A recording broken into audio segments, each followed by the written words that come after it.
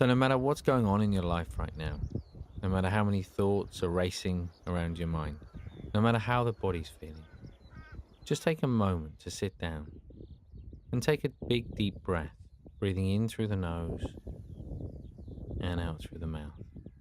As you breathe in, a sense of taking in fresh air, the lungs expanding. As you breathe out, a sense of letting go of any stress in the body and the mind, just feeling the muscles soften and relax. And close your eyes if you'd like to. One more. Breathing deeply in through the nose and out through the mouth. And just take a moment to pause. Allow the thoughts to come and go. And then just gently opening the eyes again.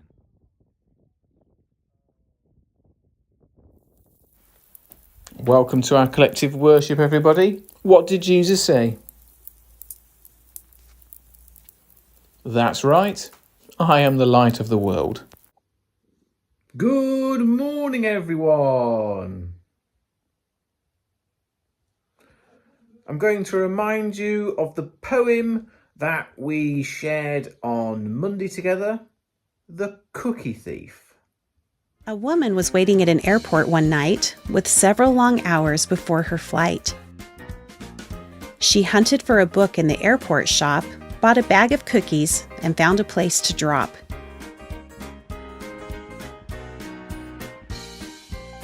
She was engrossed in her book, but happened to see that the man beside her, as bold as could be, grabbed a cookie or two from the bag between, which she tried to ignore to avoid a scene. She munched cookies and watched the clock as this gutsy cookie thief diminished her stock. She was getting more irritated as the minutes ticked by, thinking, if I wasn't so nice, I'd blacken his eye. With each cookie she took, he took one too, and when only one was left, she wondered what he would do. With a smile on his face and a nervous laugh, he took the last cookie and broke it in half. He offered her half as he ate the other. She snatched it from him and thought, oh brother, this guy has some nerve, and he's also rude. Why, he didn't even show any gratitude. She had never known when she had been so galled, and sighed with relief when her flight was called. She gathered her belongings and headed for the gate, refusing to look back at the thieving ingrate. She sank in her seat, then sought her book, which was almost complete. As she reached in her baggage, she gasped with surprise. There was her bag of cookies in front of her eyes. If mine are here, she moaned with despair, then the others were his, and he tried to share. Too late to apologize, she realized with grief that she was the rude one, the ingrate, the thief. Now, the lesson in that poem is about the importance of not jumping to conclusions, not making assumptions. Okay, children, this one is an interactive one. So get ready to pause the video at the key points and answer the questions together. We're going to have a go ourselves now. This story that you're about to watch is about a girl who jumps to conclusions before she really knows what's going on with her friends. As you watch, think about what this girl needs to do before she can think clearly to find out what is really going on with her friends. Listen carefully as well, because part of what you see is in her imagination.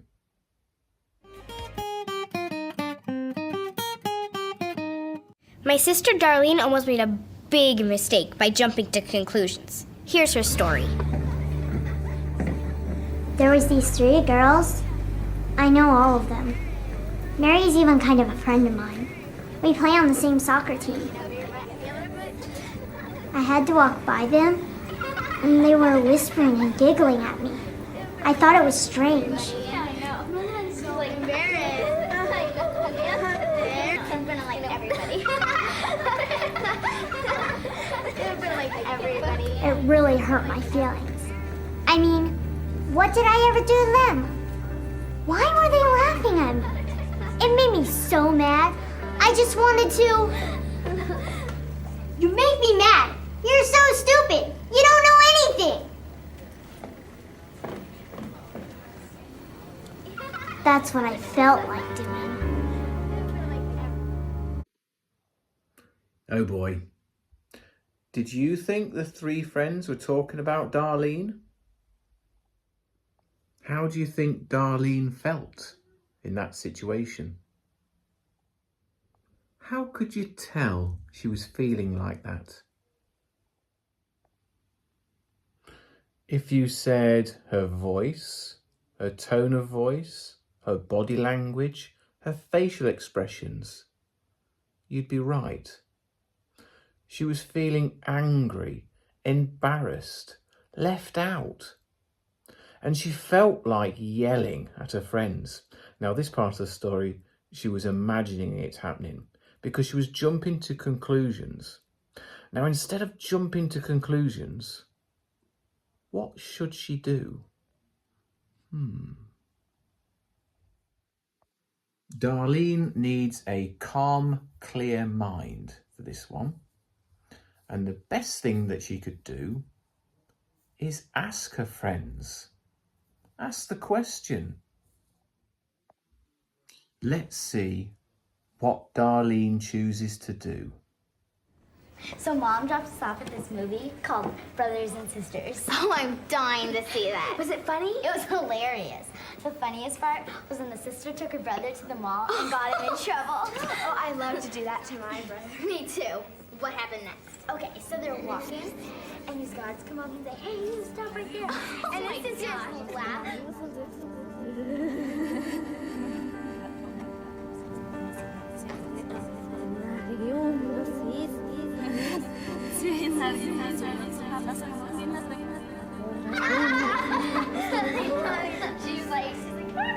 I wanted to tell them how much they hurt my feelings.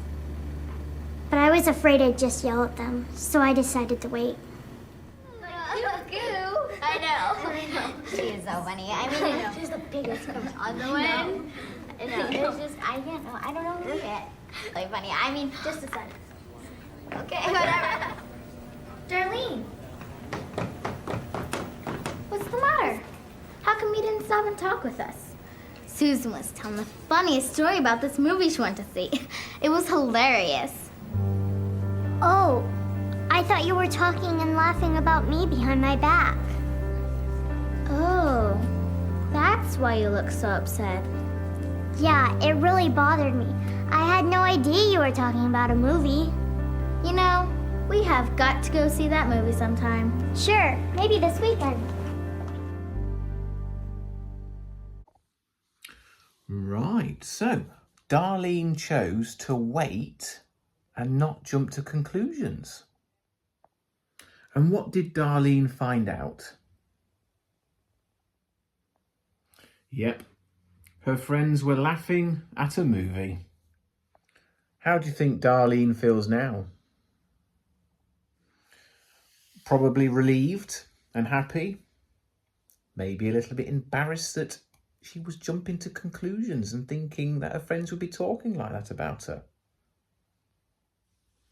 It's important to have a calm, clear mind in those situations. And the best thing you can do, if you're not sure, is ask the question. And on Monday, I challenged you all to see the good in each other. Let's look a little bit more about making assumptions. What are assumptions? An assumption is something that is believed to be true or probably true, but it is not known to be true. Assumptions are guesses. Guesses are sometimes right and sometimes wrong. People make assumptions every day. People make assumptions to understand and to survive. Here's an example of how assumptions are used to understand. If you look outside your window and you see people are carrying umbrellas, then you know it's raining. If you see someone eat a meal and they rub their belly, then you know they enjoyed the meal.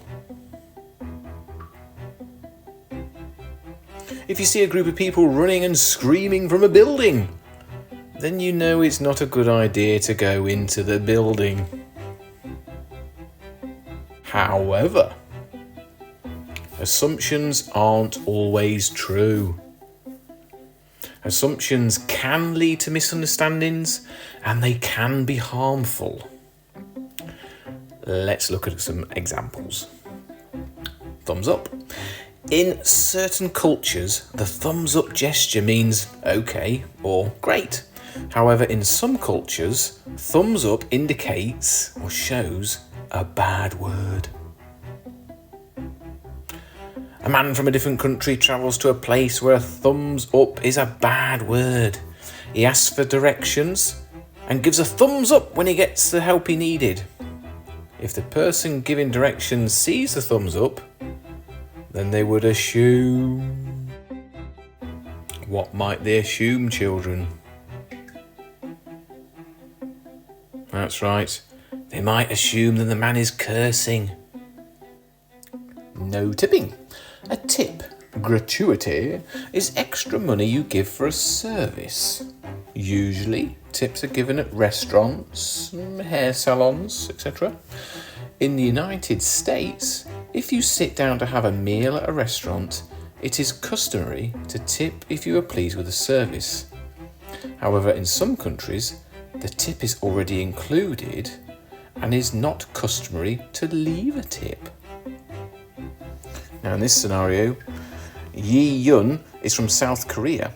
She's on a trip to New York for the first time and she decides to go to a restaurant for a meal. Yi Yun doesn't leave a tip because in South Korea it isn't customary to tip. If a waiter serves Yi Yun and she doesn't leave a tip, then the waiter could assume that Yi Yun wasn't happy with the service. One way to avoid misunderstandings when making assumptions is to ask questions. At risk of dirtying up this top before the match later, I'm going to change and I'm going to head for the garage. It's coming home.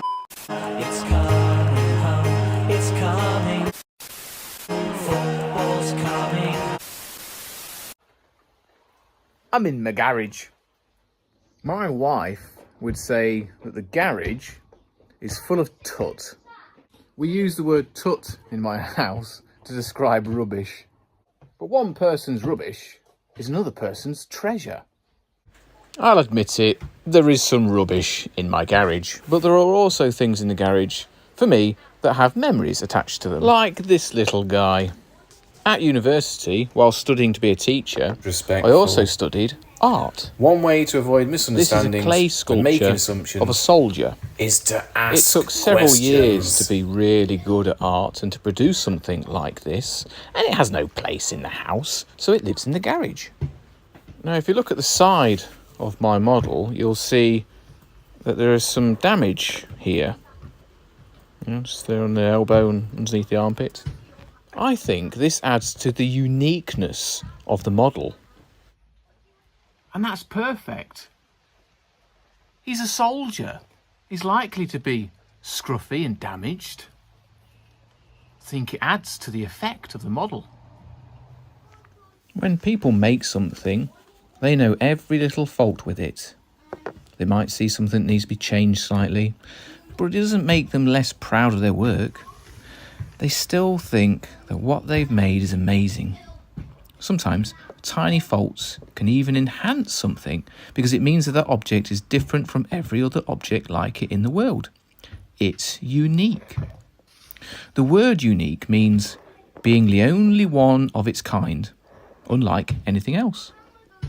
Just as this model is unique, so is each person in this room.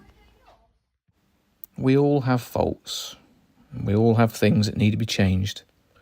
None of us are perfect. We're all special, and our differences make us even more amazing. Christians believe that God made each of us special and different. Genesis, the first book of the Bible, says, God looked over all he had made, and he saw that it was very good.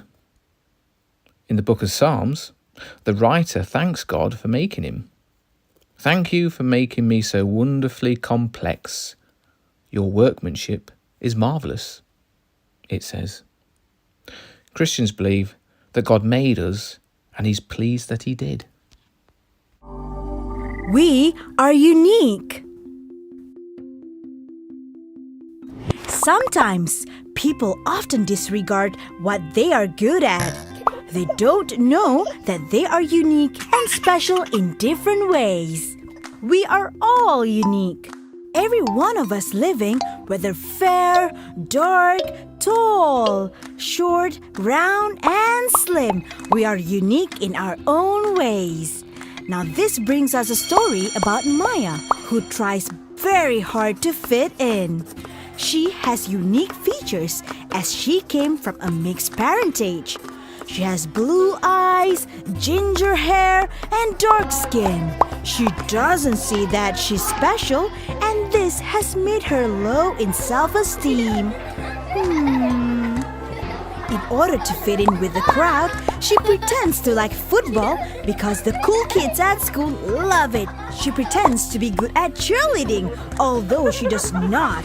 M-A-Y-A, M-A-Y-A, yeah! She also pretends to enjoy rock music, although she dislikes it so much. She does all this to impress others around her, but one thing for sure, she was not happy. Should I be myself? I'm just scared that people can't accept me the way I am. Her mother noticed her behavior and told her, Maya, you are unique in different ways. If everyone looks the same, love the same music, do the same things, and eat the same food, the world would be boring and dull. That is why we are created differently, as each one of us is unique and has a lot to offer in many ways. Hearing this, Maya changed her look.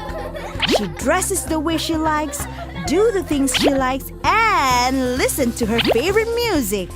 She is less stressed and happier. Her classmates and friends notice her change and begin to like her even more by just staying true to herself. The end.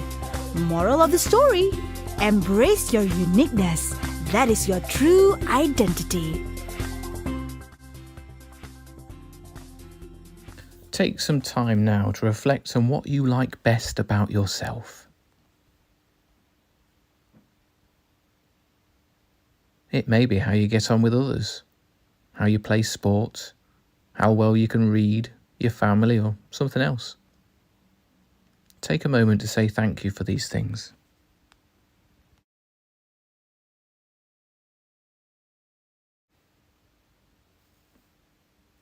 Now take some time to reflect on the things that you like less about yourself.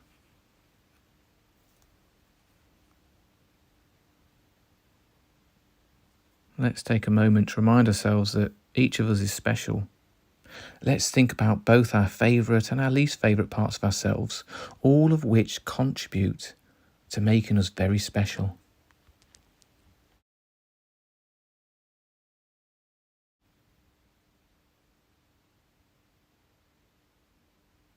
And if you like this prayer to be your prayer, it's Amen at the end. You're welcome to look at the candle flame where you can put your hands and your eyes together. And if this prayer is not for you, then think about how you're going to see the good in other people as well as yourselves. Dear God, thank you that you made the world. Thank you that you made us. Please help us never to compare ourselves unfavourably to other people. Instead, help us to remember always that we are special and that there's no one else like us. Thank you for loving us just the way we are. Amen.